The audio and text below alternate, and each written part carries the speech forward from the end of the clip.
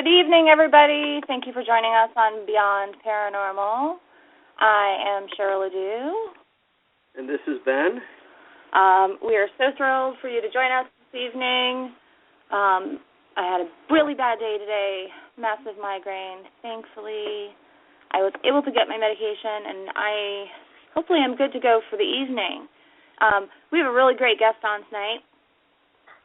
Someone Ben actually was talking to and invited her to join us. She was the voted 2014 Paranormal Investigator of the Year.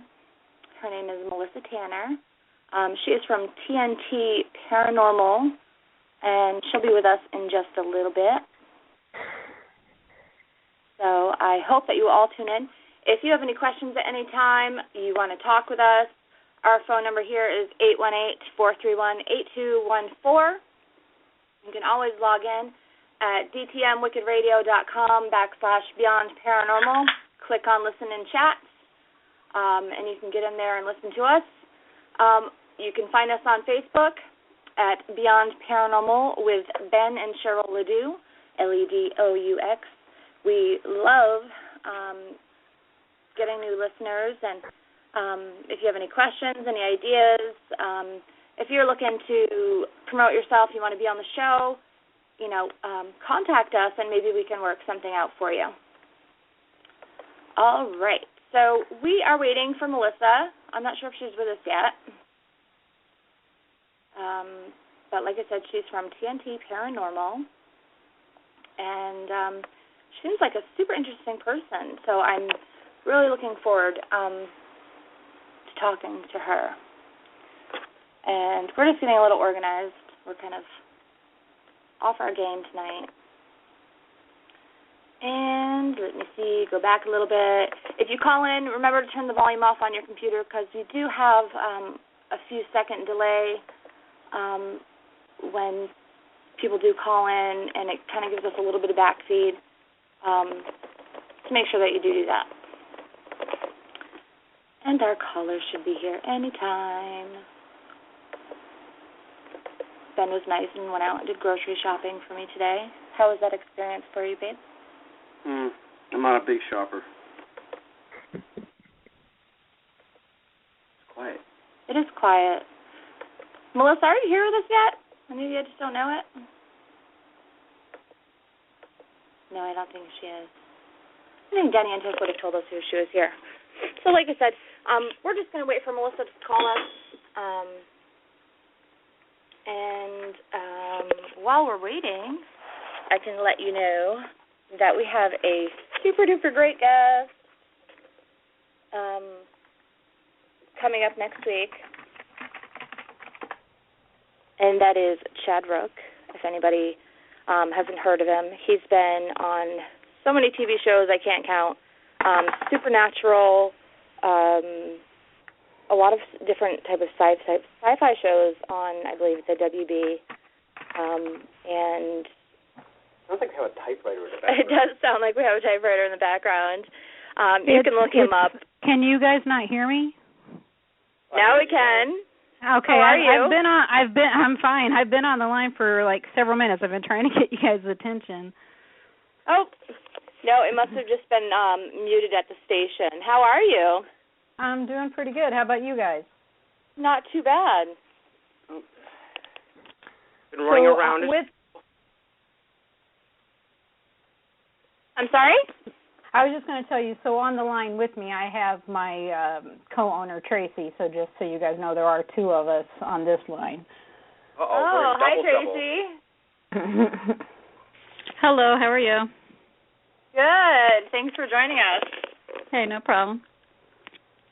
So tell us, how did the two of you get into the paranormal industry and start TNT Paranormal Investigators?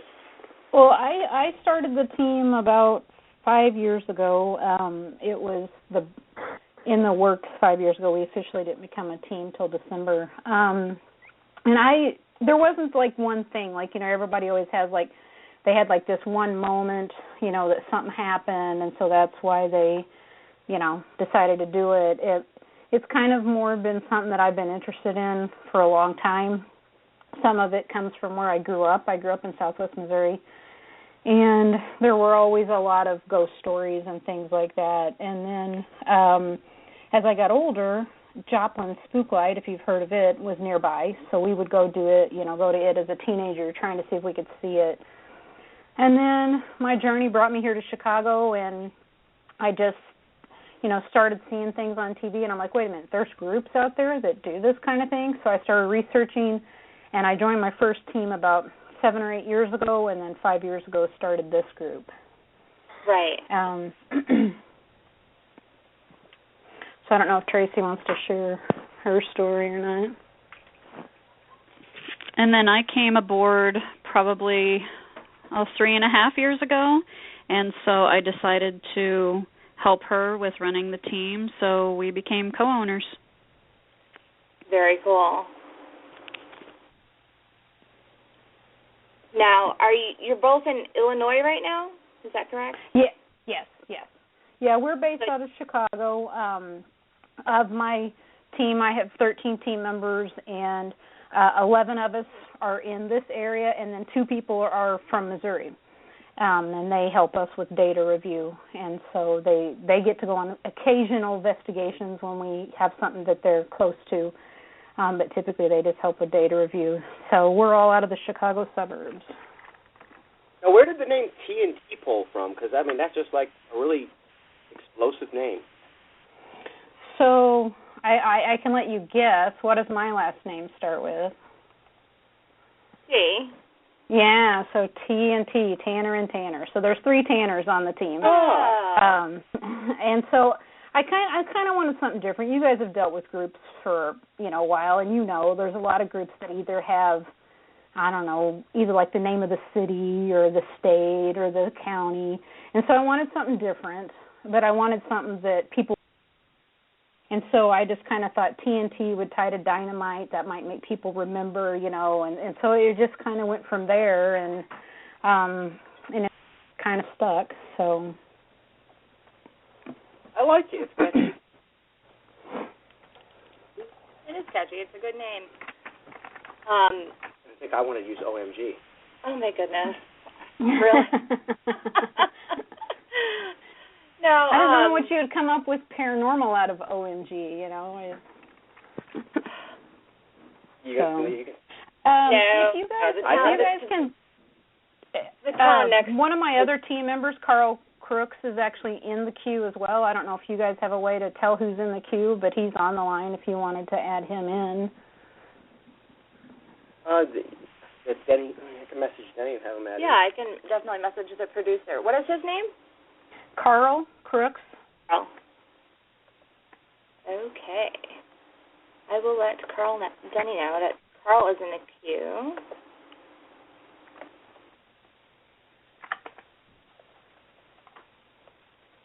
You type slow. I know I do. I'm sorry. So hopefully he'll see that message right away. Now, what kind of things have you guys been doing recently? Have you been on a lot of investigations? Well, it's that time of year. So we do a couple different things. The fall is a big time for us to do our presentation series. So we do a lecture series at libraries and park districts. So like we have one tomorrow night, one Saturday, one next Thursday. And we do about 15 or more of those this time of year. Wow. And it's like a 1-hour presentation that we do for free. And people come and we kind of talk about some of the basic paranormal terms and then show some of the cases we've worked on and show some of the data that's been collected, both what we believe to be paranormal and what we have been able to debunk, so they kind of see, that's the kind of thing we have to weed through or things like that. And so we have several programs we offer, and so that's kind of big. Of course, the Investigate With Us events are big this time of year, so we've had a few of those. We have one in a couple of weeks. And so it's basically where people go with us on an investigation, and then obviously client investigations as well.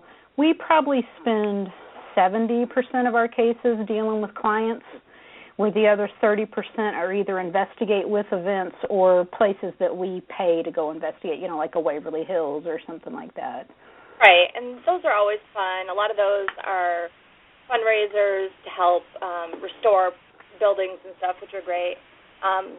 Ben had knee surgery this summer, so unfortunately we've had to, refer out a lot of clients, and we've just now gone to a couple fundraisers. We went to Lizzie Borden.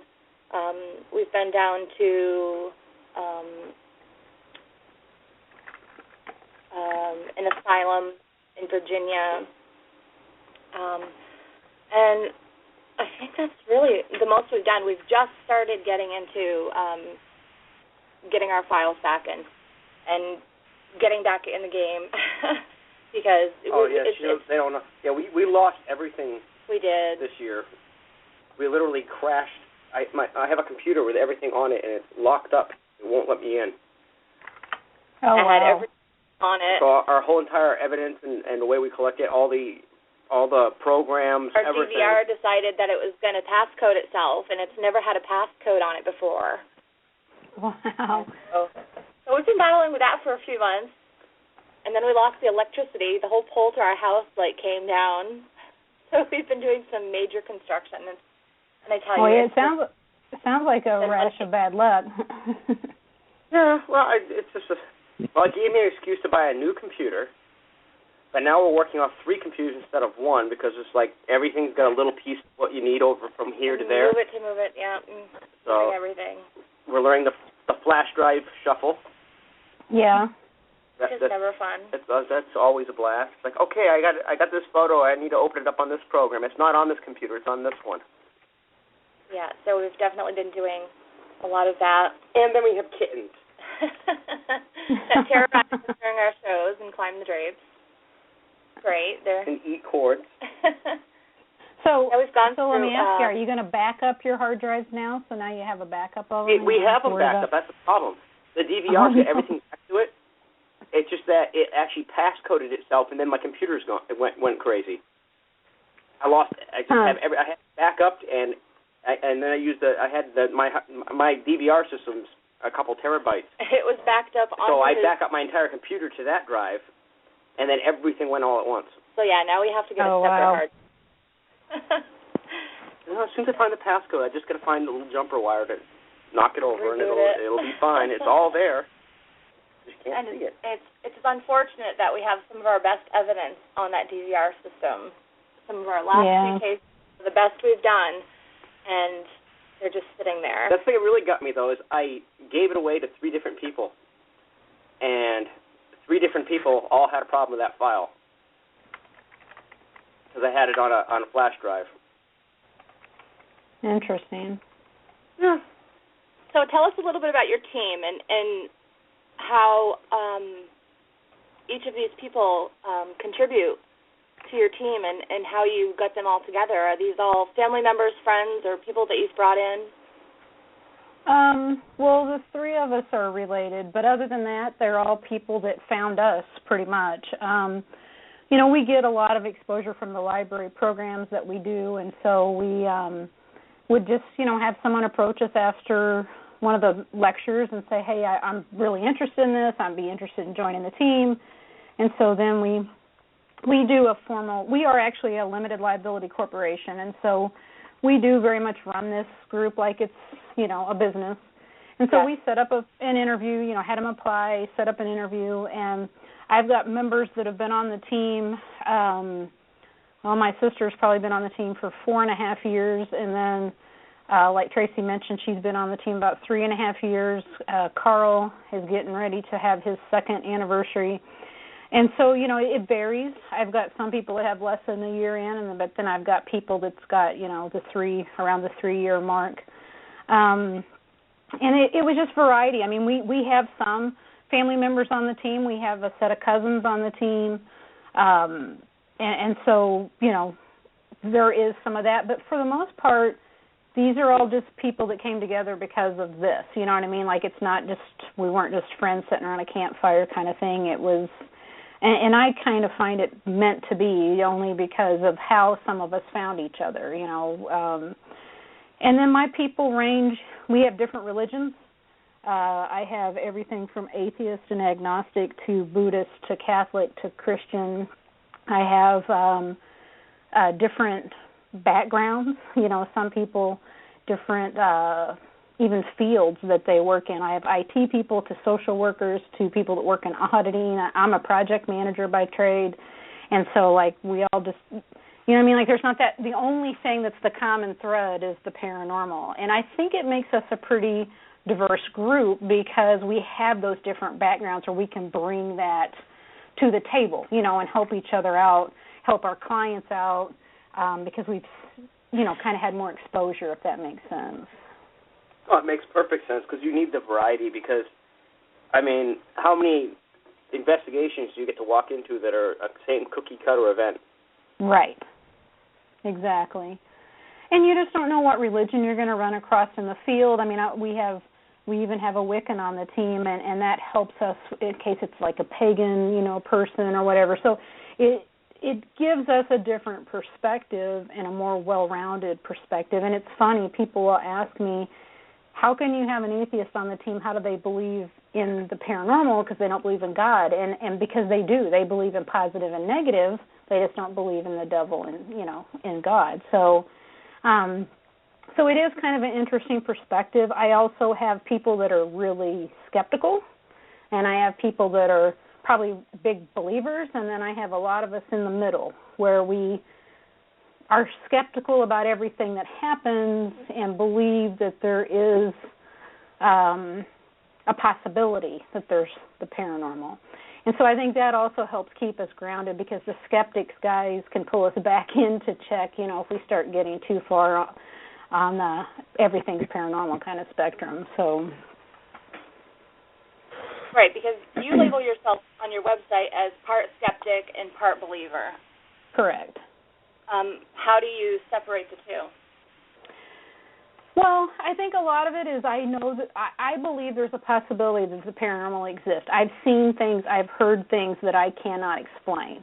But I don't take every single claim and instantly jump to that orb in that photo has got to be paranormal. I try to rationalize and find other explanations. And so there was actually just a video today that somebody asked me to comment on, and there was several back and forth, and I find I even learn stuff through that process because I hear other people's perspectives on possibilities of what it could be, and so I feel that there could be something that happens, but I don't jump to it. I want to work my way up there. We're a very technical-based team. I try to stay away from scientific. Even though we try to use scientific approaches where it applies, we are very much, we document everything. But we are very technical in nature, so we try to use technology to document things that happen. And so then that's the other factor for me is I have to have like an EVP to back up things before I start going, okay, yeah, that's definitely more paranormal. It's just my kind of personality for it. Well, that's good. I mean, to me, what you're describing, I would actually call that a scientific approach, using multiple techniques and trying to come up with, you know, information that overlaps and therefore rules out the likeliness of it being, you know, a mouse jumping through the wall or if there's really something there. I look at that more as a scientific approach on it personally. I understand how you're differentiating between these is you want to have the backup. Not only do you have the experience, but you have the backup to sit there and go, all right, well, this happened, and then at the same time I got this, that, and the other thing. So right. the likelihood of this being just coincidence is unlikely. Exactly, and so, you know, I think that I've had people on the team that may have never even had an experience per se, that they will for sure say it's paranormal. They still question it, and so then that kind of is always interesting to see them through the investigation too, because they will have the same experience I have, but they keep I might lean more towards, hey, that was paranormal, where they're even more so like, yeah, there's no way, and so that's also kind of an interesting process, too, to go down that road with people. Now, what about Tracy? What are your views on the paranormal? Are you also a skeptic / believer? Yeah, I consider myself a skeptical believer too. I've had experiences in the past, and I've seen things that I can't explain. But like Melissa, when we get the claims, even though I believe that there is more to life after death, we just don't die, and that's it. Even though I believe there's life after, some type of life after death, I take every claim and pretty much pick it apart and try to disprove the claim before jumping in and saying, yeah, that's probably paranormal. Right. Now, what do you think the strangest thing that's happened to you has been on an investigation where you can say that's definitely paranormal? That's where I can say, well, wow, I had an experience 2 years ago that is probably my most profound experience. We were on a client investigation, and I was sitting in a room with another investigator, and the other investigator was sitting across the room, and she happened to be lying down on a futon. And I'm sitting there in the dark, and all of a sudden I hear footsteps. And there is a wood floor in this room, so, it made sense. So I look, and I'm like, where are these footsteps coming from? And I look, and I literally see the outline. Well, it wasn't even an outline. He almost looked like a cutout, like a two-dimensional cutout. And he walked, and he was completely black. He walked right in front of me, right through where she was laying, and then disappeared. But it went along with the footsteps, too. So not only did I see him, but I heard him, and we were actually able to capture his footsteps on an audio recorder. Which is always good. Great Oh, evidence. yeah, it was awesome. Now, what about you, Melissa? What has been your strangest occurrence so far? For me, it was at Ohio State Reformatory. So if your listeners haven't been there, it's where they filmed the movie Shawshank Redemption. Some people call it Mansfield for short, but it's actually, the true name is Ohio State.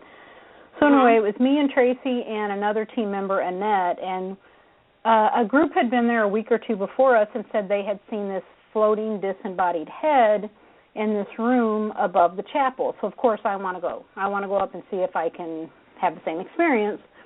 Well, Tracy had apprehension. She was like, yeah, I don't, her stomach was telling her just not to go.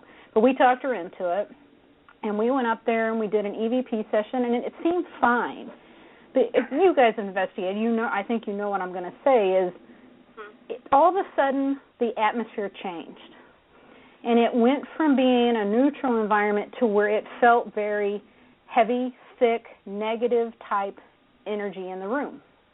And so what I envisioned in my head, and I'm not saying I saw this is what the image that popped in my head, is that there was a guy there and he was telling us it was time to go.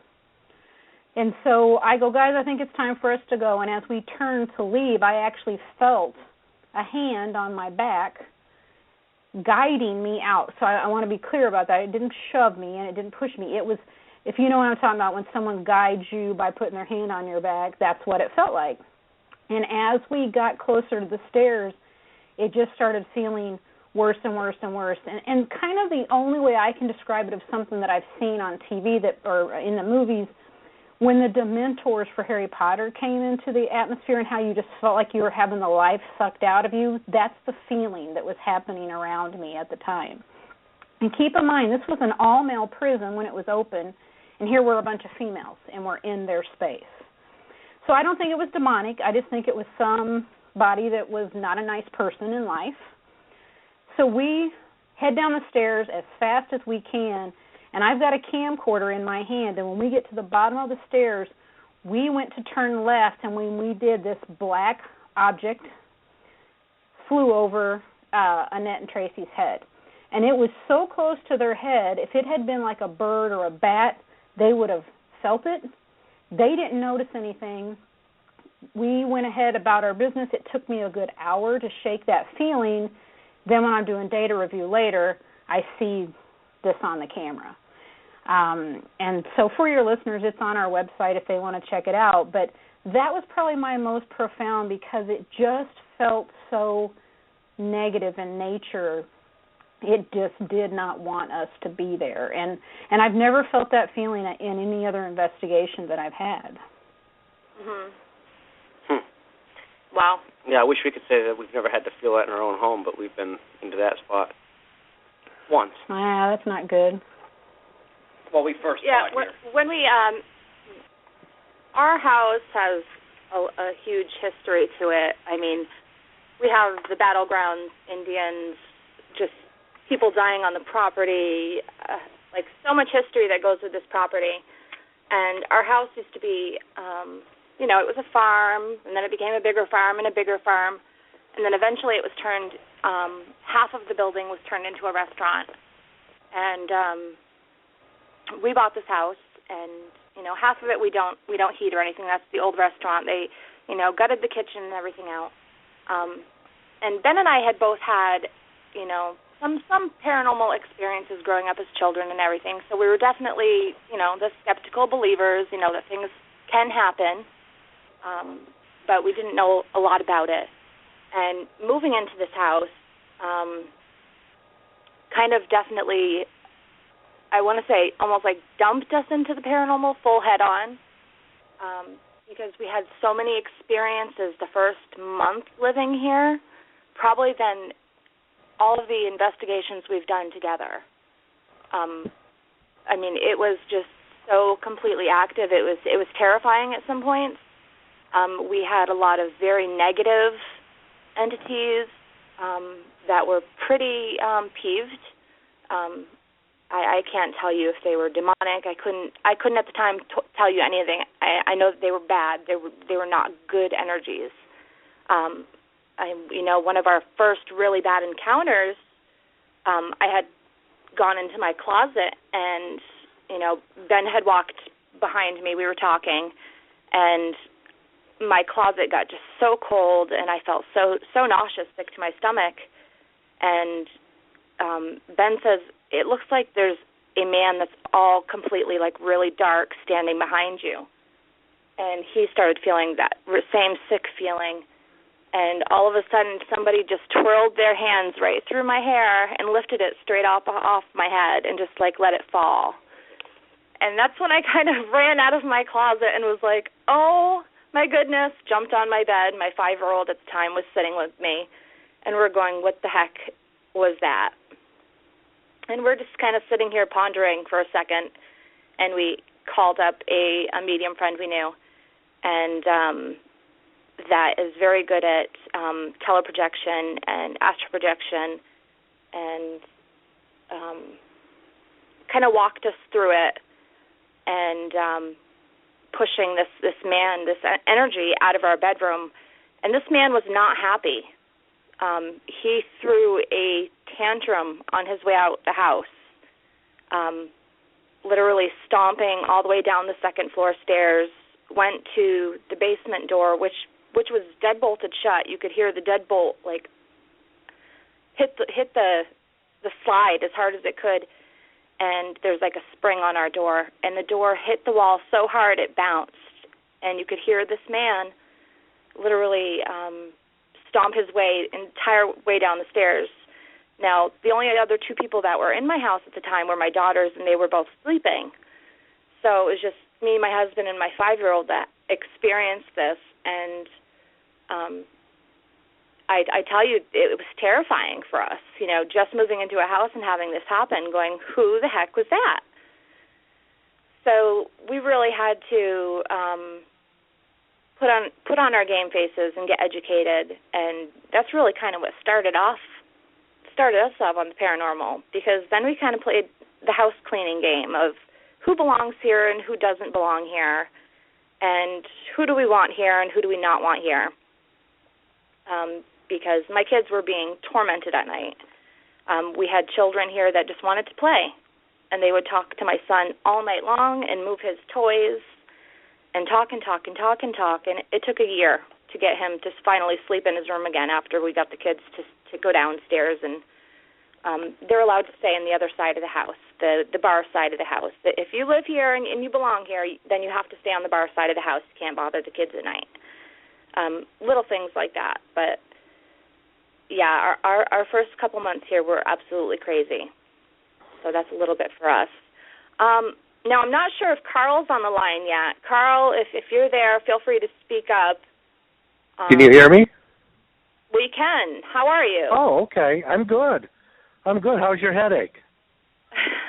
Much better now. Thank you. It took forever to get my medication that I have to take for migraines. My insurance decided today that they weren't going to pay for it anymore because I've already had a few refills on it this year, and they didn't know why I still needed it. Well, there you go. I get chronic migraines. That's why I have to have it. So that took a little bit to get the pre-authorizations and everything and get them to finally take care of it, and it was such a godsend to finally get it. But feel great now. Oh, good.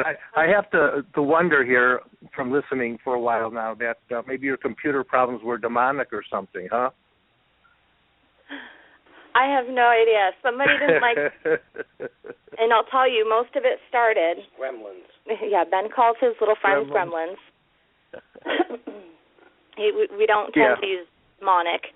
But, yes, we have had a couple mischievous beings, and all the problems started when we went on one investigation, and we know that the house was active.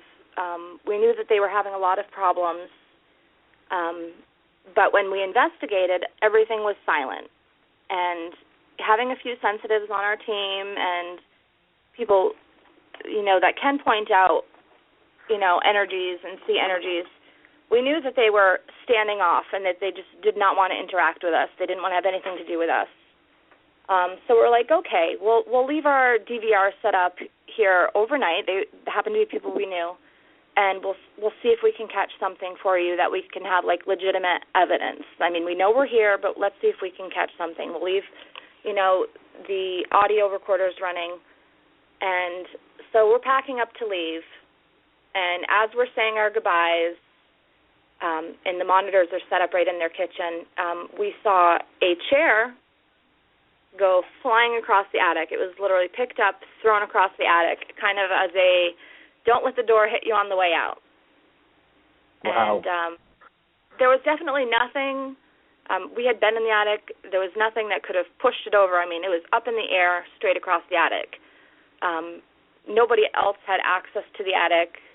I mean, we definitely debunked everything we possibly could have, but it was, don't let the door hit you on the way out. And after that, our DVR system went on lockdown. So somebody out there may have known how to cripple our system and didn't want that seen by anybody else. But it was such a good piece of evidence that, we just want to be able to get it back. Yeah, now, it's hard tell us, to lose how did you get involved with Melissa and Tracy's group? How did I get involved? Yes. Yeah, how? Well, first off, hi Melissa and Tracy. Hi, Carl. Hi, Carl. I got involved with them through one of their library events that I attended, and I was really interested. I had attended that library event with a dear friend of mine who kind of was getting me into this way of thinking about things, about the paranormal and life after death and those things. And they had an event down in Alton, Illinois that I signed up for to go down, and that pretty much hooked me. It was great. The people are great. The experience was great. It was just a ton of fun, and every investigation's a little different, and you just never know what you're going to get into. But, our pair family is strong, and we look out for each other and take care of each other, and it's good. Now, are you also a skeptical believer? I would call myself that because I believe, but I'm always looking for a logical explanation for what we experience. So yeah, I want to find out a reason why instead of must be paranormal. I would much prefer to be able to explain those things away. But as Melissa and Tracy said, sometimes there's those things that you just can't come up with any rational reason to explain it. And I like the way that you referred to it. You definitely classify the differences between a lot. You didn't call it your para team, your team. It was your para family. I just like that one. Because this is what it kind of turns into. I mean, it's like an extended family when you get there because, I mean, you guys have to all work as as a unified body in order to get anything to come out in any reasonable amount of being able to work together. You have to be able to have that close bond to be able to... You have to be able to trust everybody on your team, point blank also. It's, you definitely can't bring people in that are going to start trouble or provoke or do anything like that. And I did notice with your process that you have for your application process and everything that it's very thorough. Melissa, that's the anal retentive side of my personality, I think. So, like I said, I'm a project manager by trade, so I'm very process oriented. That's not a bad thing, though. Just looking at your website, I mean, you break down all the job descriptions and everything, which is good. Your membership information, what is required of every team member, doing background checks on members is so important because you can't go into a home. I'm just curious how she feels when things go outside of the box. What do you do in those cases where things just all of a sudden don't quite click in the right way? That is a really good question. You just have to be adaptive. I mean, I work in the computer field. I work in an industry where it's websites, and so I've had to learn to become adaptive. I'm real big on continuous improvement, too. So, like, if something didn't work, I try to figure out a way to maybe we can make it better for the next time, so that we do a better job, or maybe something worked really, really well, so we want to try and focus on it. So I try to be adaptive. My team might laugh and say, "Yeah, okay, whatever." But it's a learning process. I think we learn every day. And going back to what you said about the website and for membership, I've been in this field long enough to know that if you can't be part of the para family we have, that's fine. Let's help you find a para family that works for your personality, and that's what we try to do is make sure our personalities mesh because, like Carl said, we spend a lot of time together, and if we can't get along, and you guys even mentioned it, you got to trust one another. And so I'm real big on let's get it all out in the open up front, and let's see if we are on the same page, and then if we're not, that's cool. Let's see if we can find, another team for you or something because it's a two-way street, Right, and I know there's a lot of people that are so interested in getting on teams, and I know they've come to us, and it's like, okay, well, I know that I've seen your name in the newspaper before, and running background checks, I have to say, is such a good idea, and almost it's a necessity in this field because if you bring somebody that has some sort of conviction in their background, and not that we necessarily want to be prejudiced against all people because some people do change, but going into a client home or a business, if something goes wrong and they have something that they've been convicted of, all of a sudden that liability is falling on your shoulders. They're immediately going to be pointing fingers. So it's definitely a good way to watch your back and not get sued by, making sure that everybody on your team has clean backgrounds. Right. And that's part of the reason, too, why we decided to go a limited liability corporation route Because if we ever had a client that tried to sue us, and this is what all teams that are going into clients need to know, there's two important things you really need to consider. And we decided to go limited liability corporation to help protect our personal finances from being able to be seized during the lawsuit. So like my house and car can't be taken because of the lawsuit. The second thing is we have liability insurance. Part of the reason why you want liability insurance is A, it will help you get the attorney if you get sued, but B, say you're at an investigation and someone on your team gets sick and they throw up on that $10,000 Oriental rug at that museum, who's going to pay for it? Right. And so we decided that, and then the third reason, and my insurance agent, he's a phenomenal guy, Robin Terry, and he was like, how about covering you guys as the runners of the group if someone's in a car accident from your team on the way to an investigation, because their insurance company could try to come back and sue you because they were on an event for you. And I'm like, oh, good point. So we actually looked at that when we got the liability insurance to make sure it covered those things to try to protect us, because I know for most of us we say it's a hobby and we pay our own money, we don't charge people, but there's real dangers out there of those kinds of things that aren't even the paranormal related. And you guys know we're in a society where people sue a lot nowadays, and so for me it was just that was important. It was to make sure we were covered and to that makes sense. To try to protect honestly, us. I think people are more scary than going out hunting. I say that all the time. You want to touch a little bit on the insurance. Now, how were you able to get insurance for a paranormal investigation team? Because I know out here in Massachusetts, that's something that's very hard to come by because they don't want to insure paranormal investigation teams. Yeah, it was something that was not easy to find. And basically, a lot of the groups I know that have it, they are actually listed as a club in the eyes of the insurance company. A lot of organizations that are clubs still have insurance, because what if they're having an event at their clubhouse and somebody breaks a leg? They still need insurance, right?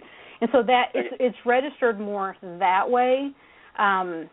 Where it's going to get tricky is if we ever do get sued, how do you prove paranormal existed? So that could be a whole different ball of wax if you ever got down that path. But for those groups doing it, have your insurance agent check about clubs, because that typically is where you can get your coverage. All right. It's a good thing to look into. Because I know that I worked in the insurance field for a long time, and I had numerous people call to me saying, we're a paranormal group, we need insurance, we need to be bonded in case we go somewhere. And you any can of our do temporary bonds. But any insurance vendor that we called didn't want to have anything to do with it. And part of that, most of them don't understand it either. They're like, "What? You want insurance for what?" Yeah.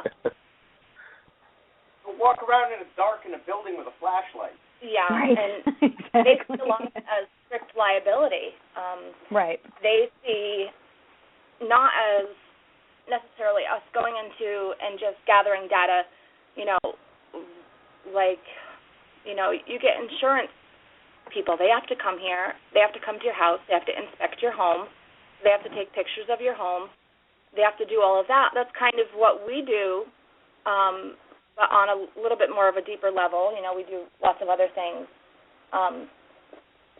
But they see it as like one of the shows that are, on TV as, we're going screaming through an asylum or something, come hit me, come touch me, possess me.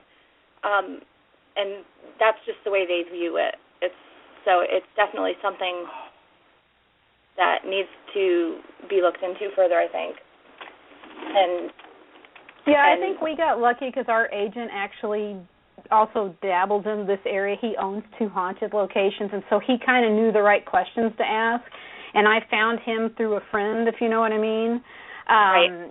So, but I know several teams up here, and it's different companies that are insuring them. So there are some options out there. They're just not a lot. Like State Farm probably is not. It's going to be like someone that you've probably never heard of that is going to do it. It's not one of your top 10, if you will, because like you said, they're kind of going, what? You're doing what? And you're going to be running around in the dark with what? So.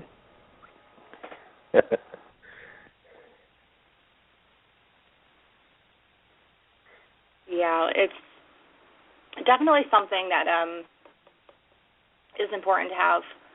I know too many people that just walk into things, and you do risk the chance. And I know that we have to sign waivers going into places that aren't client related. You go into things like the Lizzie board and house and stuff, and they want to be indemnified in case anything does happen. If your foot falls through a floor or something, they don't want to be held liable. So, okay, who's going to pay for those medical bills if you do get hurt? And that's definitely a reason why you do need insurance. So, not just that. You don't want to go to a client's home and be like, yeah, I know we investigated you, but our team member tripped, and so we're going to sue you now, even though we came here for you. Yeah, and that's what we actually sign a contract with our client saying that we won't, sue them, and then they won't hold us liable, But I'm sure that anything could be overturned in court. But the paranormal safety is another area that I think a lot of people don't spend enough time in, and insurance, I think, is one of those things to protect you underneath the paranormal safety kind of umbrella, Mhm. Now, something you also do, you do issues that's kind of like a newsletter, which I thought was pretty cool, called Bumps in the Night, and you have one every month. Can you tell us how you got started with that? Well, I think when it first got started, it was more of your typical newsletter where it was updates about what we were doing. But it's now morphed into more of a magazine, but now the name is out there, so I haven't changed it. But each month we focus articles in 3 main areas, and then we have other articles that also could be included. But we have one called Paranormal U, which is university. And so it can be anything paranormal related. Like next month it'll be about Santeria. And so, we pick a topic that might be of interest to someone in this field. Then we have famous haunts, so it's some known location. It has to be a location that advertises itself as being haunted, and so we kind of feature a different one each month. And then tools of the trade, and tools of the trade are technology, and it could be anything from technical things like why is humidity important to what is a barometer, what can it be used for, to the Echo Box.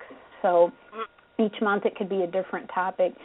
And I'm real big on education. This kind of ties back to the library lecture series that we talked about early on. I'm real big about education, and so it was just something that I wanted to try to do, is to help educate people about this field, and it's just kind of grown. When we first started, I think our first issue was 4 pages, and now we average about 20 a month. And some people think newsletter throws them off. They think it's all about us. There might be 2 pages in the entire 20 pages that has anything to do with us. Everything else is either articles, like I have 3 different guest authors that provide columns each month. We have ads for certain events that are coming up. We list all the conferences we know about. So we try to provide a whole lot of different information to anybody that's interested in the paranormal. Right. Now, it's a great newsletter / magazine. It really is. It has so much information in it, and I've looked through a few of them, and I haven't had a chance to really read. I've kind of skimmed, but I definitely want to go back and take a look at them more, because they really are packed full of information.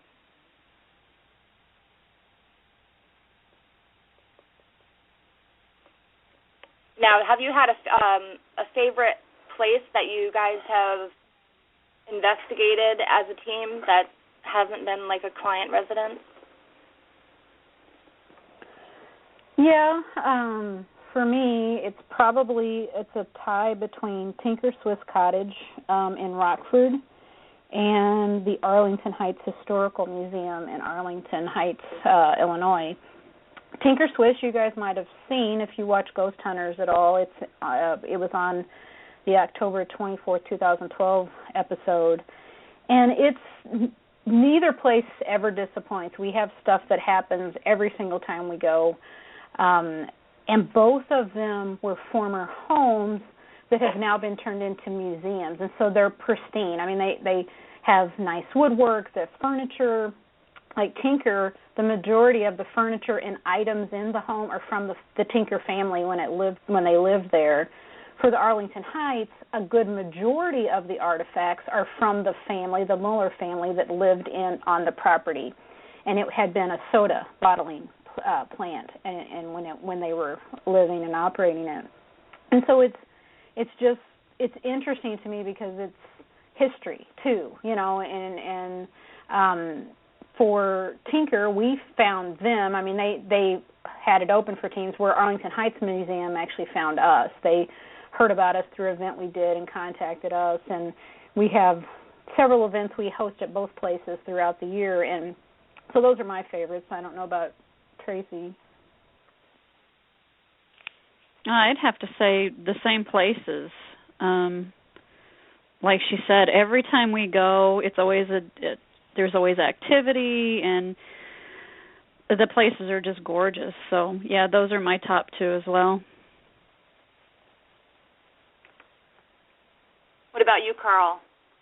Yeah, I think I would agree with those two, and let me add one of the side features of doing this is you get some really like backstage access to some of these places, historical places. Some places we've been to we can't even talk about that have history behind them, and people just don't always get into those kind of places. And as a history kind of a buff, I think it's great. It's a lot of fun that way too. Mhm. Well, you guys, I mean, Chicago's full of all kinds of haunted hotels, and you guys really have a nice. I mean, everywhere's got a great history when you look into it. It's funny when you live in a place, you kind of overlook all the places that are around you, and you look at all the places that everybody else is at, and just Chicago has so many things back in Prohibition times and everything, all the mafia-related crimes, and you got all kinds of history around you. So, I mean, it's kind of a neat place to be. And it's funny because you probably look at Massachusetts and you'd look it up and go, oh, there's so many great places we'd love to go. But it's just, you always look at all the places around you. You never really concentrate on the ones at home. It's funny. Yeah, we run into Al Capone all the time out here, too. Yeah, I was going to say, you must have the yeah. Al Capone. He's been in every hotel, I think. I think he was mainly the Lexington, right? That could be. I don't know. I think it was the Lexington was his favorite hideout. That was Al Capone's little thing. Yeah. I don't know. It's been a long time since I've looked into Capone. A little bit before my time. Not much, but a little bit. Yeah, there's a lot of, I think that the misconception is that it has to be something major. I mean, you have all these, the private residential of the world I find the most fun of all investigations. I mean, we've been places, we've had fun, but I think my most memorable moments are always at a client's house. It doesn't even have to be anything special. It could be a brand new building. It doesn't mean that it can't have a haunting of one way or another, whether it's something that follows somebody or something that's with someone or just happens to be part of the land. It just, when you start looking at places that, are known to be haunted and you're expecting those things to come through. But when you go someplace when you have no clue, and then I think my thrill I like with it is when you go into a place that you really don't have a history on in your own mind. I mean, you have the history. Somebody has the history, but we only try to keep it to one person in the group that has it, and we don't disclose it. So when you go into there, and then all of a sudden you start seeing the X's and O's lining up, and you're like, you can't disprove the fact that they're pulling this person's name and the time period, and you start getting all this stuff put together, and you go, it matches the history. That's the part that really amazes me. And I love getting to that point.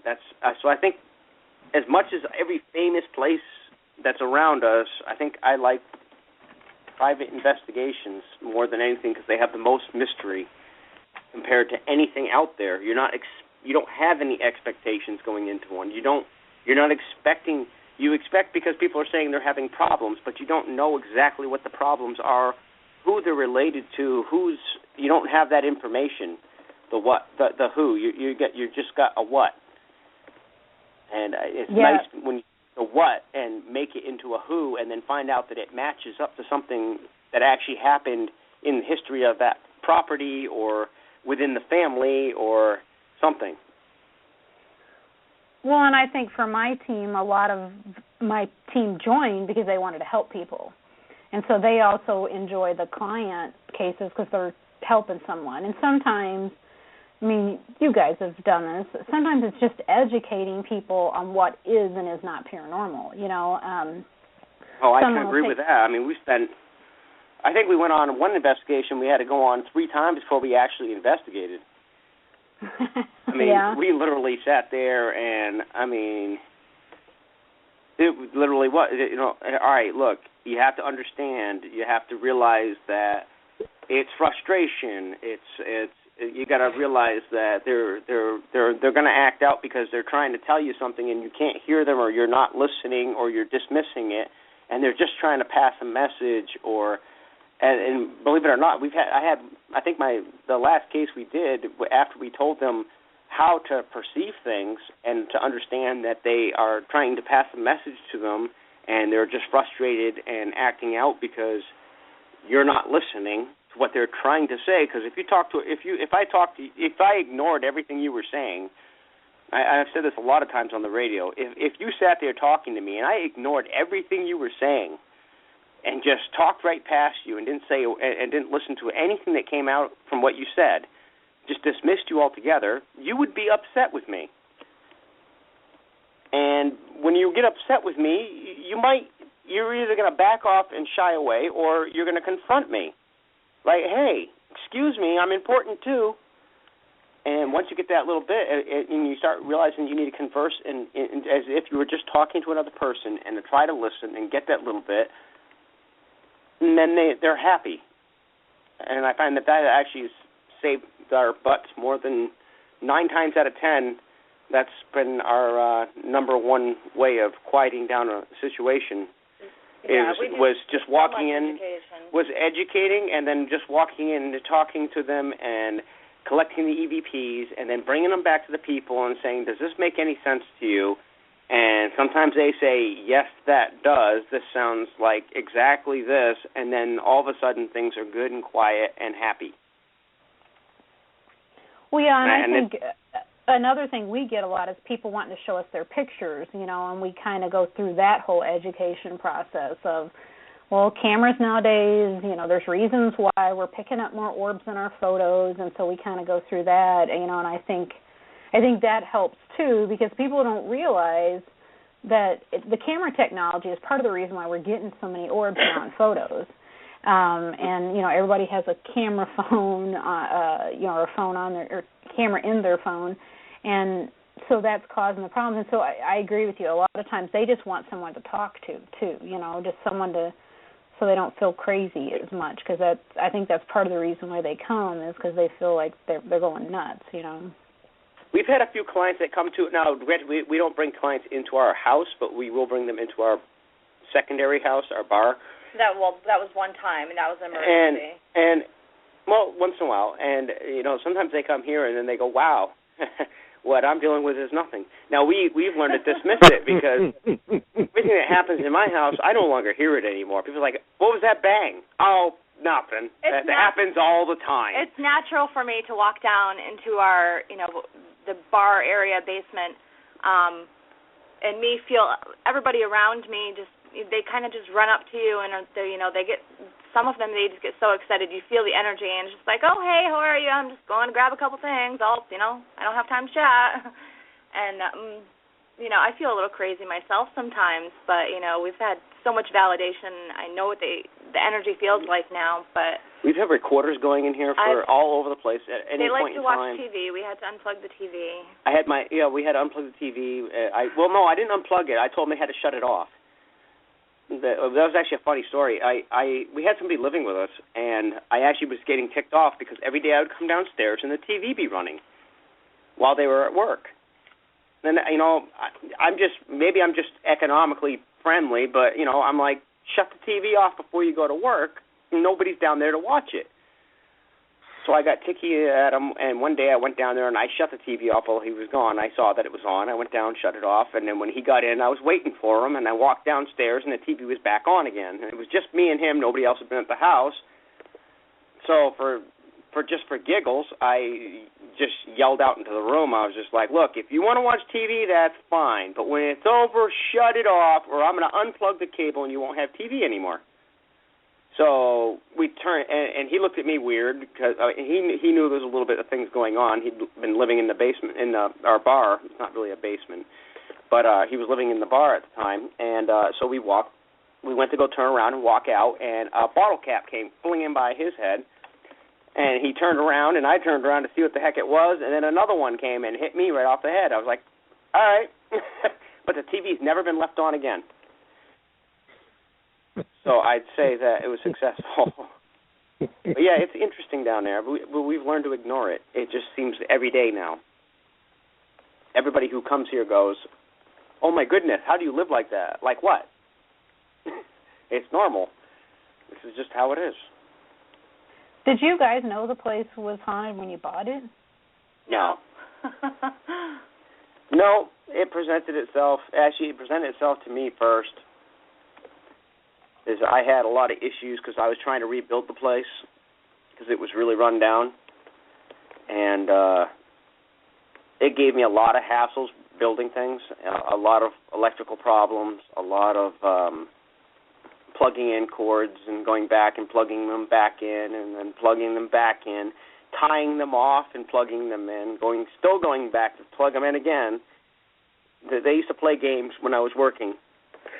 There's nothing better than running a 100-foot cord, plugging in and having it tied off, going all the way down to make one cut, and then you come back and the cord's unplugged. Or they'll trip, or the breaker would just trip for no reason, or, it was just... And some of it I played as coincidence, and I just kept on going, and eventually, after I had built enough, it stopped. It's like, okay, well, I guess he's actually fixing the place, he's not wrecking it. I guess it's my interpretation of what they decided. As I'm making improvements, I'm not destroying what was there. That's my way of looking at it, because I don't have any problems anymore. That's pretty wild. Well, and I'm glad you could make peace with it. I like so many things you guys said is what we tell the clients is like, hey, if it's bugging you, tell them the boundaries. You can stay on the bar side, but you're not allowed to come in the house side, and we tell our clients the same thing. Well, it's a matter of establishing it, and you have to maintain a respect level. Like, we have a door in our house that we're not allowed to paint. That was the one forbiddance that he gave. We were making all these renovations, and I have him on not DVR. I got him on a digital recorder. My mother was downstairs, and she was adamant about painting this one door. Now, it's a sliding wall door, and it goes in, and it's all painted, stencil painted. It's got fruit and all kinds of weird little things on it. Not the prettiest thing in the world for the decor of the house. But we are forbidden to paint that door.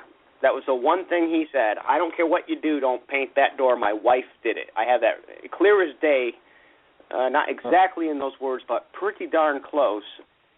It was a full sentence of, you were not painting that door, basically, because that's my wife did that, and that's not going to, because it's not going to be red, because that's what my mother wanted. She wanted to paint it red. It's not going to be red. My wife painted that door. That's what it said. Yeah, he threw a fit. He had a fit about that. And so we've never painted that door, and we've never had another problem with him. So, I mean, we learn to give and take. Wild. But we learn to give and take. I mean, the way I look at it, I mean, I'm not like a lot of people, I guess. I look at it as it was theirs once. Just because they're no longer with us doesn't mean that they don't have some claim to it. And if it's just a matter of a painted door, I can handle a painted door. I can leave it alone. It doesn't really affect me. So why change it unless I mean, it's kind of like just doing it because you want to be a pain in the butt. If it doesn't really affect you, if you don't really care, why do it? It doesn't bother me that the door is and I have it up there. It kind of, you know, it's original to the restaurant. That's cool. I'll leave it. It doesn't bother me. So I mean, if it was a matter of, you know, the house falling down versus you know changing a beam out, then well, I'm sorry, that beam's coming out because I need to save the house. But if it's a matter of a door painted, I'm not that picky. I'm perfectly happy as long as it's functional and works, it's good. And it's funny, that's the one door in the house that actually works properly.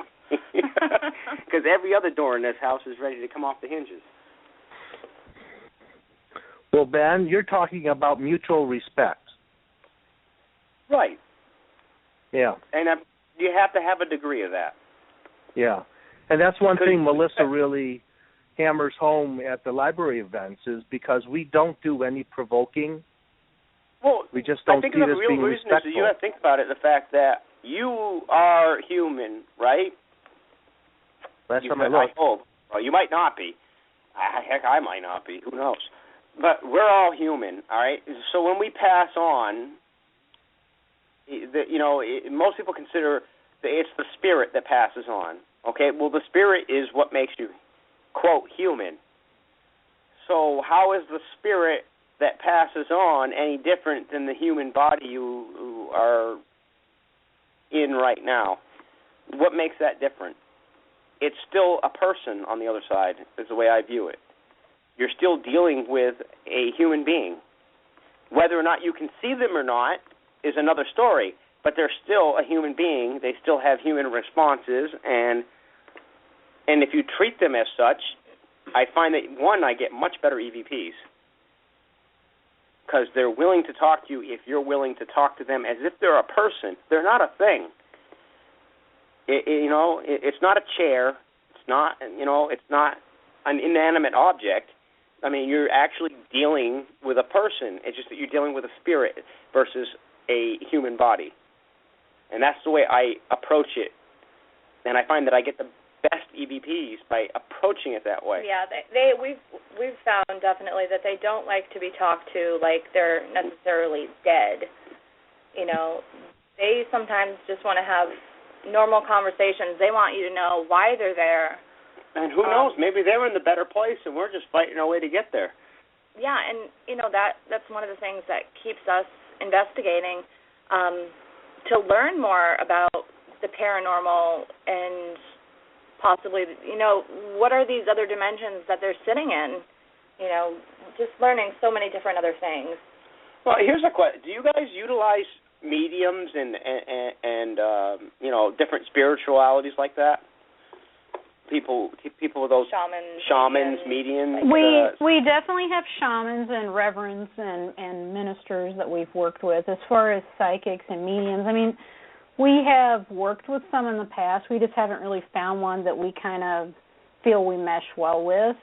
I think that we probably do have some sensitive people on the team, maybe some empaths. I don't know if you guys have found this, but what I have found in my tenure, if you will, in this field is that as people do this more, they start to having more sensitivities than they had before. And maybe it's being in the dark so much, your other senses do get heightened.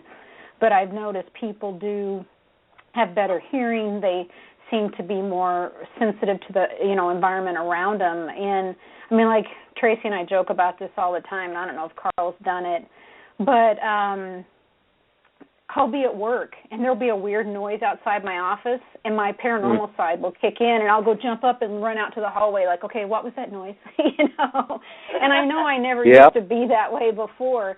But I think you won't scare anybody as long as you don't grab a camcorder, a DVR, following them around, and start asking questions. You'll be okay. Nobody will say anything.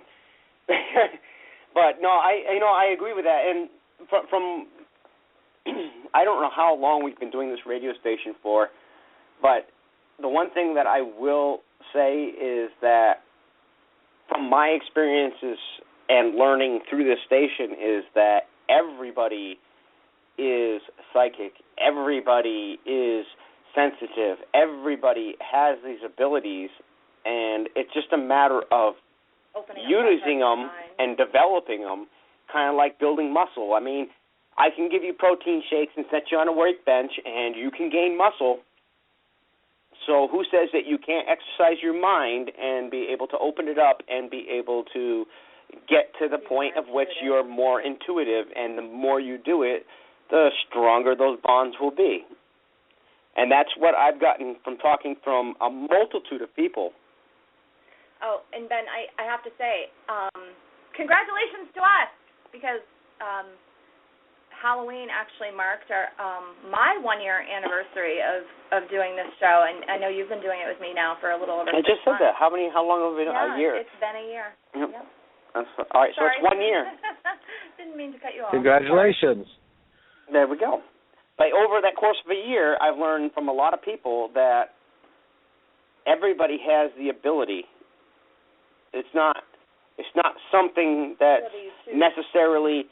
Now, some people may have more inclination to have a stronger side towards it, but there's nothing that says that you can't develop it yourself. I guess that's the most thing that's the one thing I've learned over it. And I don't ever claim to be anything. I have my own moments of this and that. Clarity. And I think everybody does. And maybe it's just that voice in your head, and you just learn to listen to it a little bit better and a little bit differently. And sometimes we ignore it, and sometimes we don't. And you say that voice in your head, but maybe that's that voice. Maybe that's exactly what you're looking for. Maybe that's that connection point. I'm not sure. I mean, to me, that's what it is. When I get that little voice in my head, it's like it's not my voice. So why am I telling myself this is not a good idea when I'm the one that thought it was a good idea? Why all of a sudden am I backtracking on this? And it's those little things that you sit there and think about, and you go, wow, maybe I'm having these not divine, but I'm having these interactions, and I'm not even realizing it. And I think a lot of people don't realize that you have these interactions, and there are people helping you out behind the scenes. And I think that's really how it works. I think it's behind the scenes, and some people are able to realize that, and some people pass it off as coincidence. Or some people like me call them gremlins. But either way, guardians, spirits, angels, whatever you want to call them, everything. If you look hard enough, I researched religion because I find it fascinating to find the correlations between. And not just one religion, so many different. Right. It's fascinating to see the similarities that show up, and you're like, even going from like American Indian versus Roman culture, and you see the similarities. And Roman culture is really not a really good one to use. But you start going back to the older scriptures, and then you go back to like an American native or a Wiccan, and somebody who's going after the land, but you still look at it, and none of them really denounce the fact don't denounce the fact of one God over another God. They just say that there is someone. Something there. There's something there. There's someone, some form. So basically, what you really come up with is there's a formless entity, neither male nor female, that exists, that's above our level of consciousness or our level of awareness, And that, I mean, they pretty much all agree upon that. There's something there. There's just... And our goal is to find and exactly. We're looking to find out what that something is.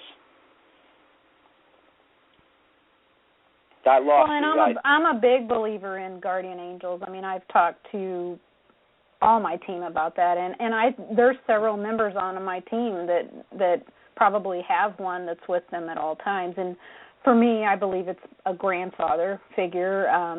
And so, you know, I definitely think they've helped guide me a lot of times when things, you know, were going to happen. And so I haven't had the gremlin situation like what you're describing yet. Knock on wood, I hope I don't. But I definitely have felt like there's been that twing in your stomach, if you will, you know, like that gut feeling, like follow your gut kind of thing. Like that night going in the Ohio State Reformatory, I should have listened to Tracy's gut and not gone upstairs because we were ignoring her, telling us not to go up there. But sometimes I think people don't listen to their gut enough, and they dismiss it, you know, whether it's the skeptic side of them or whatever. Now, see, I'll clarify on my gremlin. You guys, see, no, I'm different. I'm a sailor, and you guys call them ghosts. I call them gremlins because it's, and I guess I'm looking at the mischievous ones. But I have what I call a gremlin is when he's on his boat. I have a boat on my boat when I'm working, and it's something that follows me around. Especially when I'm on a single-manned vessel, which means that I'm the one that's going to fix it at the middle of the night if it goes wrong. And like right now, I am on one of those vessels. And for some reason, I will be waking up. Sometimes I'll see shadows moving around the room when I wake up, and it's not a bad feeling. So when I say gremlin, people say, oh, that must be evil. That's like, you know, like a poltergeist. What's a poltergeist? Well, a poltergeist is just a noisy ghost. Doesn't mean it's bad, doesn't mean it's good. It's just a noisy ghost. Well, my gremlins are not necessarily bad, but they will wake me up, and I'll curse and yell at them. Like, dang it, you had to wake me up today? Come on, I was really just wanted to sleep it in tonight. And I will walk out, and I call it a gremlin because every time I go out, there'll be something that's going wrong that I just catch in time for it to become something major. So I do not dislike my gremlins at all. Many people say those are his guardians. They say they're my guardians. You call them a guardian angel, I call it a gremlin. They let him know when something's going wrong. Hey, get up out of bed, and he'll catch things just in the nick of time. It's his little... And they joke with me, his too. His little guardians that tell him... They joke with me, too. I get jokes all the time. I will lose things on the boat. Now, granted, right now I'm working on a tugboat. It's 120 feet and about 50 feet wide, and I can lose something in 2 seconds on that boat. And I'll look heads or tails over that boat trying to turn it up, and I'll spend all day doing it. I'll come into my room, and then sitting in the middle of my bed will be whatever I'm looking for. And I could have turned that room inside out 5 times before that point, but it'll be just sitting there in the middle of my room. So, I mean, I could blame it on the crew, but half the time I don't even tell them what I'm looking for. And it just, I mean, I have, like, flashlights and pens are my pet peeves. I have a specific pen that I have to have for every radio show. If I don't have it, I go nuts, and I won't even talk on the radio until I find it. And then the same thing with my flashlight. I cannot work on that boat if I do not have my flashlight. Benjamin, are you sure we're not related? Because I'm the same way. Well, I don't have Tracy. I'm the same way. OCD issues, and it's kind of like a tradition too. And like when we're doing the show, I have to sit next to the window at the same spot. I have to have my computer, all my programs open just so, everything just so, notebook just so. No, you're probably more anal than she is. You know, I have fun. She sets up a birthday party, and I will intentionally go. She has to have everything coordinated by color, by size, by everything in a certain it's like order. A nice the room party. has to be what's the word I'm looking for? Perfect. The one side has the right half has to match the left half. Okay, so I will intentionally go in there, and I don't care if she has candles set up or what. I'll just sit there and move them over all 4 inches to one side. Just to sit there, and she'll go in the room, and she'll go crazy trying to find them, and then she'll just run over and move everything back 4 inches. It does. And I just do it on purpose, just because I think it's funny. And well, Cheryl, I don't think there's anything wrong with that. I'm just saying. No, that's love right there. It's driving me crazy. That's it. Now, when y'all go into investigations, I know that there's a lot of people that believe in protection, a lot of people that don't and just walk blindly into things. What are some of the beliefs that you have and things that you do before you go into an investigation? Well, that's a really good question. And, for me it's twofold. So I look at when I get ready for an investigation, I'm getting ready mentally. And so during my get ready process, my uniform becomes part of my protection, if you know what I mean. So I basically I usually wear the same thing every time, washed, of course. But I usually, that's part of me getting ready. It's part of my preparedness. I don't even know if that's a word. But yep.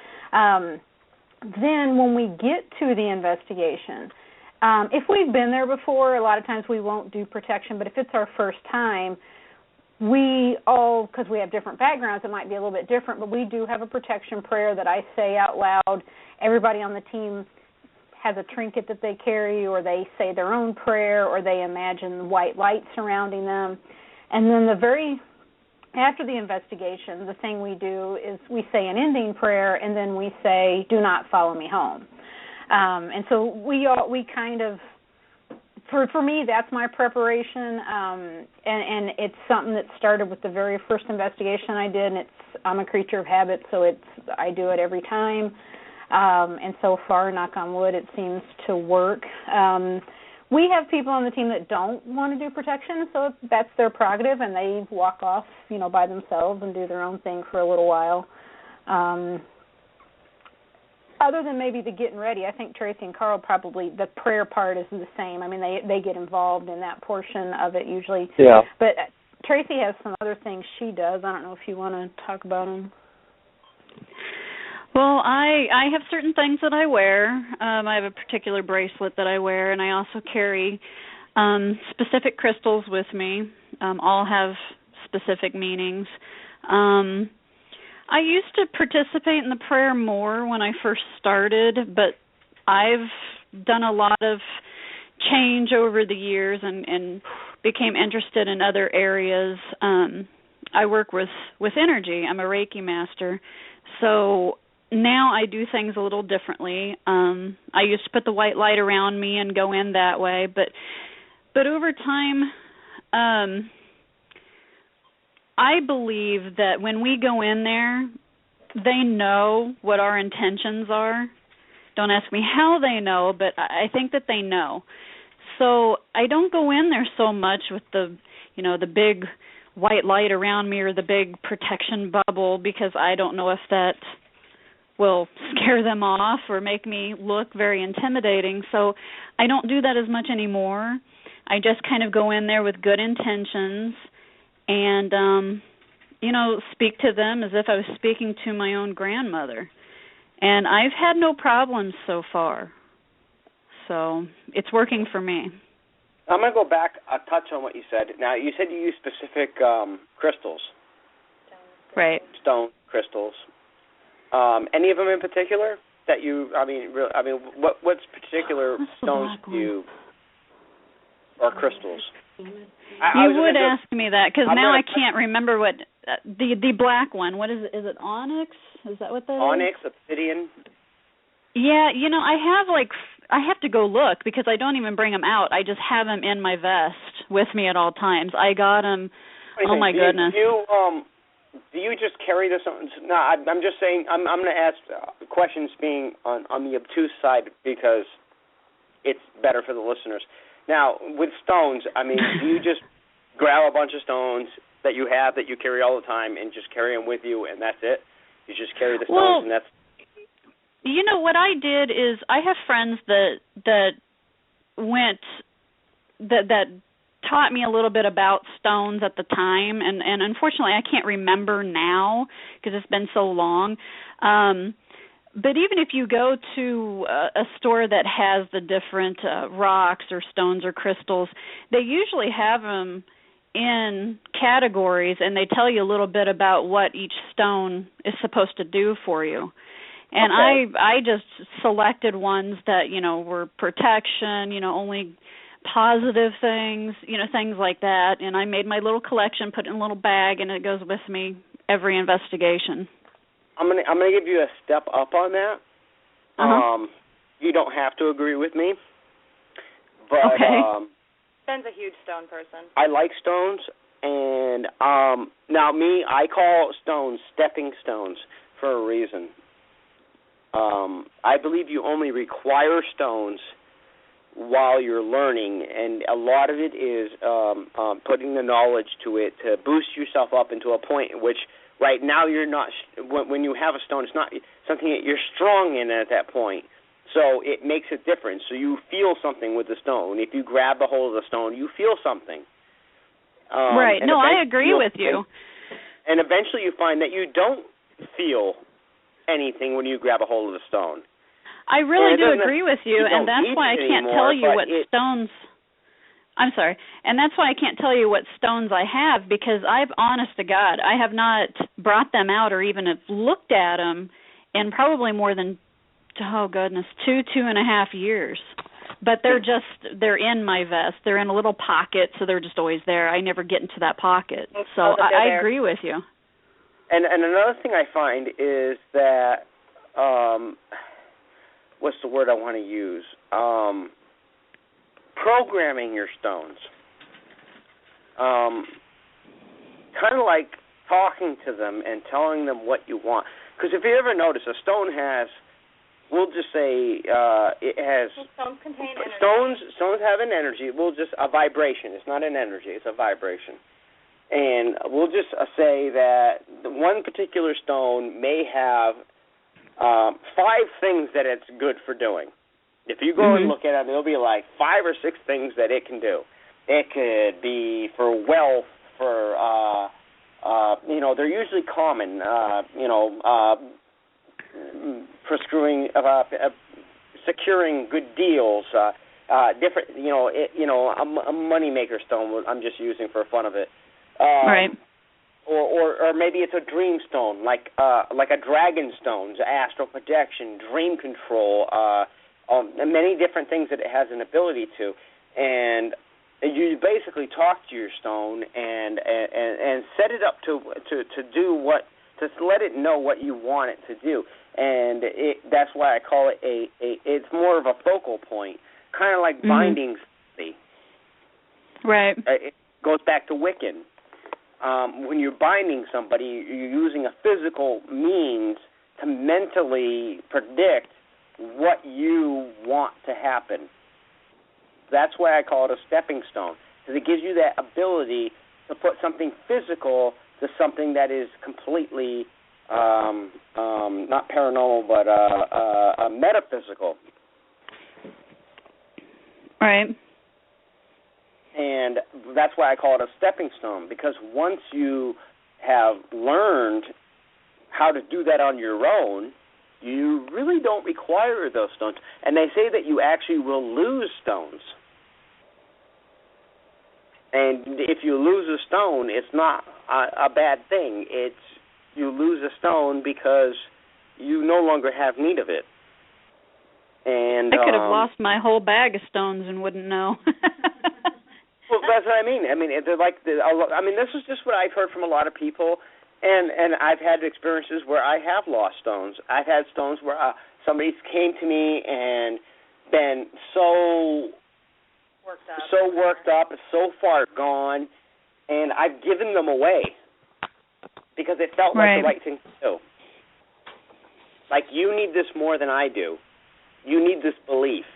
You need this idol, so to speak, to believe in, to give yourself the strength to realize that you can do it on your own. And, you know, the human mind is extremely powerful. Oh, yeah, I've given stones to my kids when they've been, like, completely anxiety-ridden. I mean... Yeah, so have I. I mean... Believe in it so much. Did I already give this one this week? Did I already give my human mind speech this week? Oh, stop. My human mind speech. I'll give it one more time, and I promise I won't give it for the rest of these next 4 Thursdays. I will not give the human mind speech.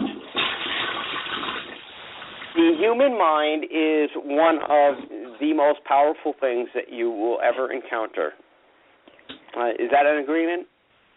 Uh-huh. All right. Now, I'm going to give this to you, and the reason I do this is because people sometimes have a hard time relating to a paranormal experience. But I will give you a real-life experience. And you can use this. I have no problem with it. I don't hold a copyright on it. Okay. But I work home heating on the side. I'm also a merchant marine. So, I mean, I do home heating with my dad on the side. And a couple years back, we went into a heating call. They called us up. It was actually a few days after Christmas. It was a few days into January, coldest month of the year up here in Massachusetts. And they called us up because they were freezing to death. They were freezing. They were, when we got into the house, we walked into a room, and I'll describe the room. So we have an entire family bundled up on a couch, neck to neck to each other, wrapped up in about every blanket they probably owned. Okay, can you imagine the situation now? So they're bundled up, all bundled up, maybe like 10 quilts on them. Okay?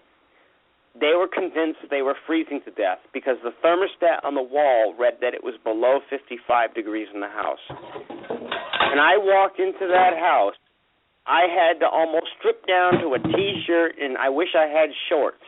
The heat was going out of control. The thermostat broke. It read that it was 55, but it was really like 110 in there. The heat was just blowing. But because the thermostat on the wall said 55 degrees, they were convinced that it was 55 degrees and they were freezing to death. That is the power of the human mind. They convinced themselves because they read on the wall that it was way cold and were freezing to death on a room that was over 100 degrees. And I use that because some people can't relate to the paranormal, but you can relate to temperature. And just because something on the wall says that it's one thing doesn't necessarily mean that that's it, but that a whole family believed that they were going to die because it was below the thermostat. It was reading below 55 degrees, which was the cutoff point. So that means it was colder than 55 degrees in the house, but it wasn't. Well, and that's how mass hysteria works too, though, is a couple people can get a whole group of people believing one thing, and you know, it can be detrimental to the whole group. Exactly. But I use that because it's harder for people to grasp something they can't see. And that's something physical, and a physical thing and a reality that somebody can understand. And when you explain that, and you can use that, I have no problem using that. But that was a true story. It really did happen. I don't think they need that. They have a whole lecture I never ever even, I didn't charge them a penny. I changed the thermostat on the wall, gave them a brand new thermostat, and they were perfectly happy.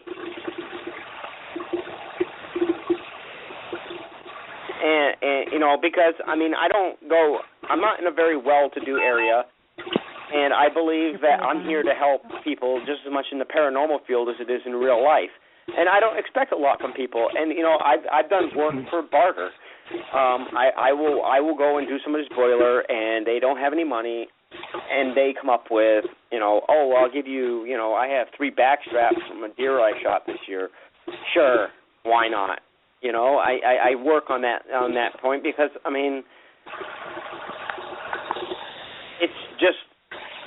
it's real. I mean, it's more real than anything else, and when you deal with people that don't have anything and they give you a little something and you realize that that's what they have to give, and it's the same thing working with the paranormal. I mean, these people don't want to come to you. They come to you because they feel they have no choice and they're scared because they don't know, and there's nothing out there to say it. And I love the fact that you guys do lectures and do this the teachings, because there's so little out there. There's nothing out there. There's no guidebook for how this works. There's no, it has to be A, B, and C, and then you have a haunting. There is no such thing. And so, with you guys doing the library presentations and lectures and conferences that you hold throughout, I'm not sure how big you do it a lot. I know through Illinois, but I don't know if you go further than Illinois.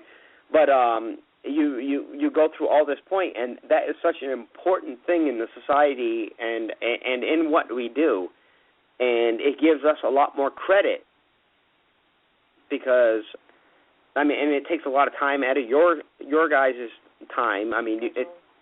In your schedules and your day-to-day life, because let's face it, we are not paranormal investigators full-time because we would never make it.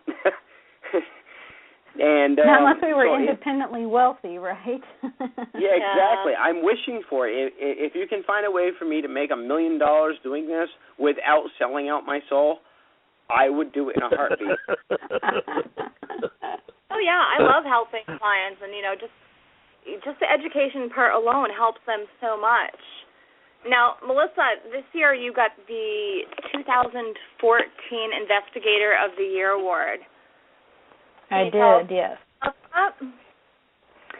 Yeah, basically you get nominated. There's many ways you can get nominated, but you get nominated. You have to fill out, it's basically an application. They contact references, and then a panel separate from the award group made their selection. And so I was selected as Investigator of the Year, and I was up against some good company, so it's nice to be recognized for all the hard work, because you have to list what community service work you do and things like that, secondary from the investigations. Like we try to do a cleanup a year and things like that as well. And so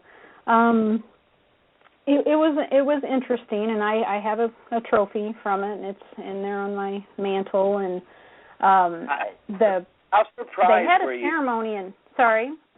How surprised were you to be elected? I was pretty surprised, just because I knew how many people I was up against, and so I was like, okay, it's a long shot. It's not even going to be something, for consideration.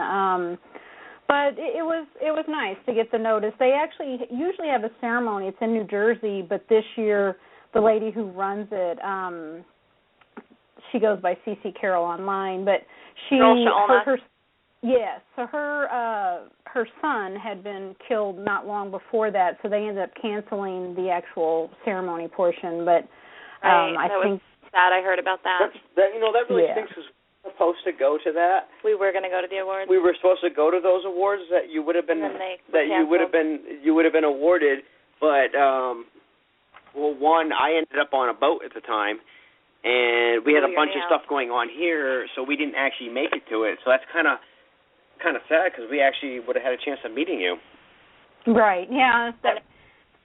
Well, Massachusetts is one of my favorite places, so maybe someday we will end up out there. But yeah, no, that was horrible, and it was sudden, and so I wish her, all the healing power, because I can't even fathom what that must feel like, She's been going through a lot, and I've been in touch with her a couple times, and she's really a great person. Very strong woman. Yeah, a very strong woman, which is always a good point to me, because, I married Cheryl. She's my my love and my strong point in life, because I mean just say it. I'm your rock.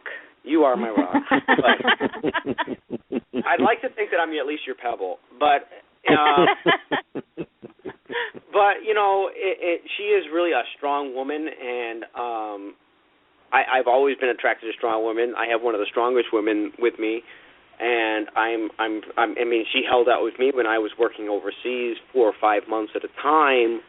Try 7 months while I was pregnant all alone. 7 months, yeah, we went 7 months once alone, apart from each other. All we had was email to communicate with. And she's always been a rock for my entire life. And then I watch somebody like C.C. Carroll. So I always admire the people who are strong in life, and not just women, because I mean, women have always been strong. They're just behind the scenes. I'm an engineer. I'm behind the scenes, so I understand that 100% because we get credit for nothing. We just keep things moving. And, you know, behind every good president is an extremely powerful woman. And he's really trying to earn 20 points today. It's really true. I mean, behind any good man is a strong woman, because if there isn't a strong woman, then it isn't a strong man. And he's very old-fashioned also. but it's true. I mean, it goes hand in hand. And now, were you told who nominated you? No, they didn't tell me. I don't know if they told other people, but no, they didn't tell me. Oh my goodness. Now, were you nervous, the waiting period of waiting and waiting? You know, no, it was just kind of, I filled out the thing, and then I just kind of like, okay, and I just kind of put it behind me, because, you know, I know personally what I am as an investigator, so the award was something fun, and I'm glad I got it, and I appreciate it, but it's, you know, we've applied for TAPS twice and didn't get it, and I keep going forward, you know, so it's not defining me. It's a perk that gets added to the whole package, you know. Mm. So, and just so you guys know, Tracy's phone died, so she can't answer any more questions. Okay. Oh, that's all right. How do you get the notes on Windows 8? I don't know. Bad timing. I do not know Windows 8. I bought a new computer, and I got to get the notes in Windows 8. I do not know how to use this thing. He wrote things down he wanted to ask, and now he can't get to the program. But I do have a couple questions. I mean, I know we have a lot of. I mean, you're starting to gear up for this year of lectures, and. Now, do you do online lecturing at all through like Skype or anything? No, you know, I just recorded all of our training for our internal clients or our internal team members. So I used to do it all, you know, face-to-face, but now I'm going to be delivering that online so it frees up more of my time. People have requested the whole Skype thing. We just haven't gotten there yet. So it might be a 2015 project. I'm not sure. Right. Yet, I mean, because your website and everything is phenomenal. I mean, it's so organized. It's ridiculous. Yeah, it's just finding the time, you know. And Benjamin, really, our 2014 season is actually winding down between mid-August and next week. Next Thursday is our last program of this year. We've done 18 programs. So wow. I got 3 left. I got one tomorrow night, Saturday, and Thursday. So I guess that's about a fifth of them left. But it's you know, it's interesting because we meet so many interesting people too, and everybody to want to join, but people with cases to people like Carl was there last Thursday. Him and Tracy both were, and we had a woman who actually has seen an apparition that was green, and I've never heard of that before. And so I learn a lot of things, too, like of people's experiences that I had never heard of. And so a lot of times I'll Google it after the fact, you know, so I can see if anyone else has had that experience. And so it's just as rewarding for me as it is, I think, for the people that get to see the program. Yeah.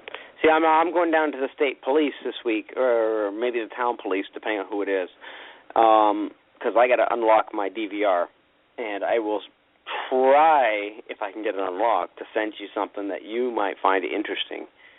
Because I have a full-bodied apparition appearing in over the course of 2.5 to 3 minutes, walking back and forth across my room, flashing in and out, and over 15 minutes until I tell it to, it's in my own house, so don't get me wrong on this, but until I say, hey, do something, and then I have it rush to the front of the camera, and all you can have is the head and shoulders.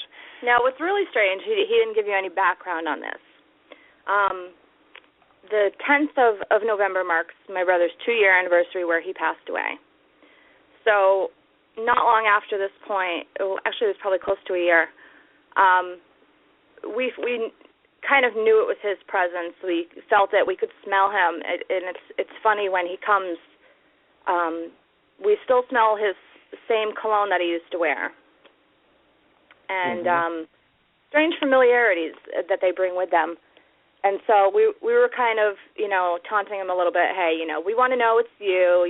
We want to be able to show people that we're not crazy. Come to the camera, tell us, show it was you. And the body language that you could see was just, you could kind of see his shape and everything. And so I'd really like to get this unlocked and be able to show it to people. Right. Now, I'll give you a quick rundown of what it was. It's an infrared at night, no lights present, and I have a red image dancing across my room. Oh, wow. So that's what you'll see when I send it to you. Okay. But more importantly, I'd like to know, what is your schedule coming up for these next few months? You have conventions and things that you're going to, or are you staying within state, or do you do a lot of traveling? So we, like I said, tomorrow night we have a presentation. Saturday we have a presentation. Next Thursday we have a presentation. And then on the 22nd and 23rd, we're hosting an EVP listening station at the Chicago Ghost Conference. And so basically, some of it's our cases, some of it's other cases people have sent, and there'll be 6 stations, and each station will feature a different location. And so it starts with photos of the location, then the history, and then there'll be EVPs. And we're talking only EVPs. We aren't going to be focusing anything like door slams. There won't be stuff like no spirit box sessions, no Ovilus sessions. This is true, EVPs. Now, is it the 20th and the 23rd, or the 20th to the 23rd? It's actually the 21st, the conference is going on, but we won't actually be there till the 22nd and 23rd. And so this is Ursula Belsky's conference that she puts on each year, and there's going to be a lot of big names there. Jeff Bellinger will be there, and Dave Schrader. I think Cassidy Ray's going to be there. The Constantinos are going to be there. And it's interesting, they're doing it at a high school. So the conference is at a high school where they'll be using probably the gymnasium, the library, and a couple other rooms, and they'll be having lectures going all day long. And then at night, there's investigations and ghost tours. Because Ursula actually owns the Chicago Ghost Tour. And so they're going to be investigating the high school, which I guess there's several reports, and you'll get to investigate with Debbie and Mark Constantino. So I'm looking forward to it. It's a huge thrill to be asked to do this, because they ask us to actually host the EVP listening gallery. They're doing something even really cool to me. She's actually going to have a black T-shirt exhibit. It'll be all paranormal, different groups, their T-shirts, so it'll be kind of like a mini museum of paranormal T-shirts. And there will be tons of authors there, too, so if you've got an author from the Chicago area, bring your book, because I'm sure they'll be there and you can get it signed. So it's kind of a cool conference if you've never been. In the past, Lorraine Warren was there one year, and I got to meet her. And so this year, the big ones is Mark and Debbie, so that's going to be a thrill to get to meet the people that are the EVP experts. So I hope you get to meet Chip. I don't know if he'll be there or not. We actually got to go to Chip Coffee events last fall, and we got to meet him briefly. He's a funny guy. He's a really, really funny guy, and we did his program is split into 3 pieces, and so depending on if you only do the first part, he basically does like a gallery reading at the beginning. And then the second part was more of a more personal kind of meet and greet, and then you got to get your photo taken with him. And then the third part was where we actually did like a mini investigation with him, where he did the flashlight sessions like Amy and Adam do. But what was interesting about it, and Tracy and Carl were both there, and in the middle of his little mini EVP session that we're doing, a door behind him opened up, and no one had gone back there. And so we don't know why the door opened, but you clearly hear it. You hear the door open up and close, but there had been no one go back there the whole time we had been in this big room. And I actually had my infrared camera, so I was watching him the whole time, so I could see that there hadn't been anything. So it was actually very strange. But so we got to do that last year. But you know who might be there is Chris Fleming, because Chris Fleming's from Chicago. So I don't know if you've ever been around Chris. Chris is another one of the guys that did the Psychic Kids with Chip. He's a blonde-haired guy. But he's from Schaumburg, so that's here in Chicago, so I'm pretty sure he'll be there. So we'll probably get to see him again. Oh, hopefully I'll be. We've been slowly meeting tons of different people. We've been fortunate enough to meet. I've also met Lorraine. She's such a sweet lady. Yes, I went to a conference of hers up at Fitchburg State here in Massachusetts. And she was there with her son-in-law and a couple people she travels with, and they put on quite an interesting presentation. And, we did the whole meet and greet and photos and everything. So, for an 86-year-old woman, she moves around quite well still. Yes. Well, her son-in-law travels with her all the time. And we actually it was in 2013, Tracy and I went to a TAPS event they did at Missouri State Penn, and we got to meet John Zaffis. And he's nowhere near like what they show on TV. He is funny.